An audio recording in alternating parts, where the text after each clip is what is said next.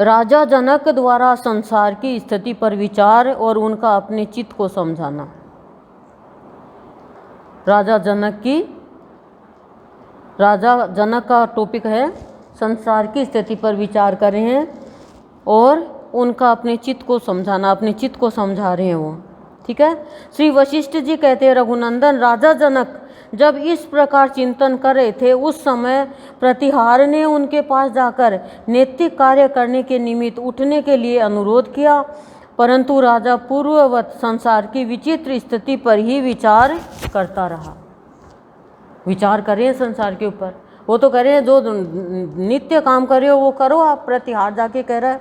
तो राजा बोले, जो सुख सुखद रूप से स्थित है, यह राज्य कितने दिन का है? ज्ञान हो गया ना, यह राज्य कितने दिन का है? मुझे यहाँ एक क्षण भंगुर राज्य से कोई प्रयोजन नहीं है, यह सभी माया का मिथ्या आडंबर है। मैं इसका त्याग करके प्रशांत महासागर की भांति शांत रहकर एकांत में ही स्थित रहूँगा। ए मेरे चित्त, बारंबार भोगों के आस्वादन में जो वेगपूर्वक तेरी प्रवृत्ति हो रही है, यह बड़ी घृणित है। चित्त को कह रहे हैं कि बारंबार भोगों के स्वाद में तू जाकर वेगपूर्वक तेरी प्रवृत्ति, तू उसी में लीन होता जा रहा है, ये घृणित कार्य है तेरा चित्त, इससे तू दूर हो जा। तेरी जो भोग भोगने की चतुरता है उसे जन्म जरा एवं जड़ता के समूह रूपी कीचड़ की शांति के लिए त्याग दे।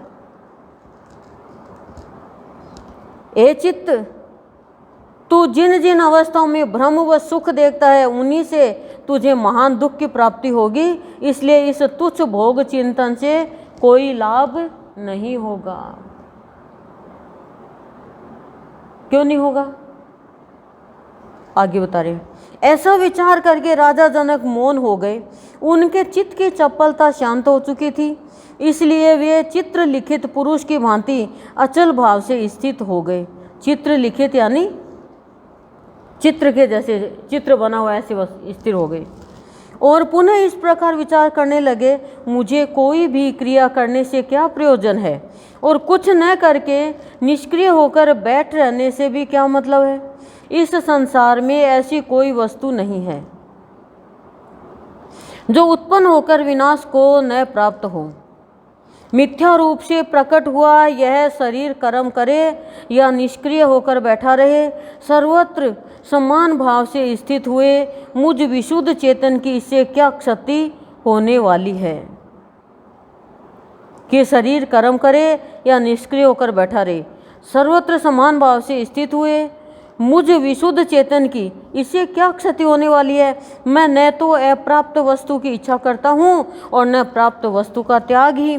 मेरा इस जगत में न तो कुछ करने से प्रयोजन है और न करने से ही, करने या न करने से जो कुछ भी प्राप्त होता है वह सब अक्षणमय विनाशशील है।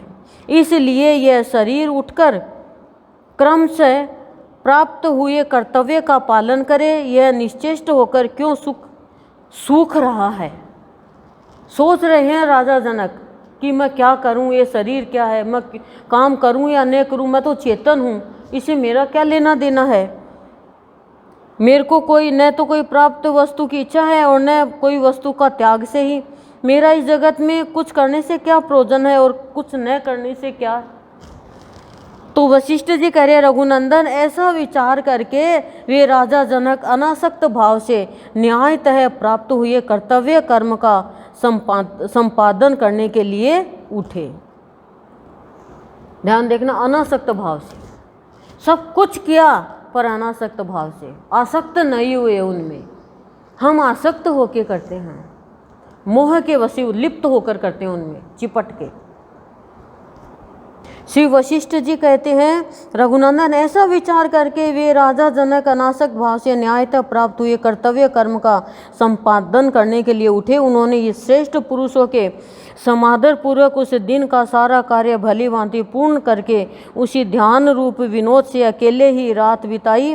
जब रात बीतने लगी तब विषय भ्रम से रहित मन को समरस यानी एकाग्र करके उन्होंने अपने चित्त को इस प्रकार समझाना आरंभ किया, ये मेरे चंचल चित्त, यह संसार आत्मा के सुख का साधन नहीं है। तुम सम का आश्रय लो, सम से शांत यानी विक्षेप रहित सारभूत आत्म सुख की प्राप्ति होती है। जैसे जैसे तुम विविध विकल्पों का संकल्प करते हो वैसे तुम्हारे विषय चिंतन से यह संसार अनायास ही वृद्धि को प्राप्त होता है।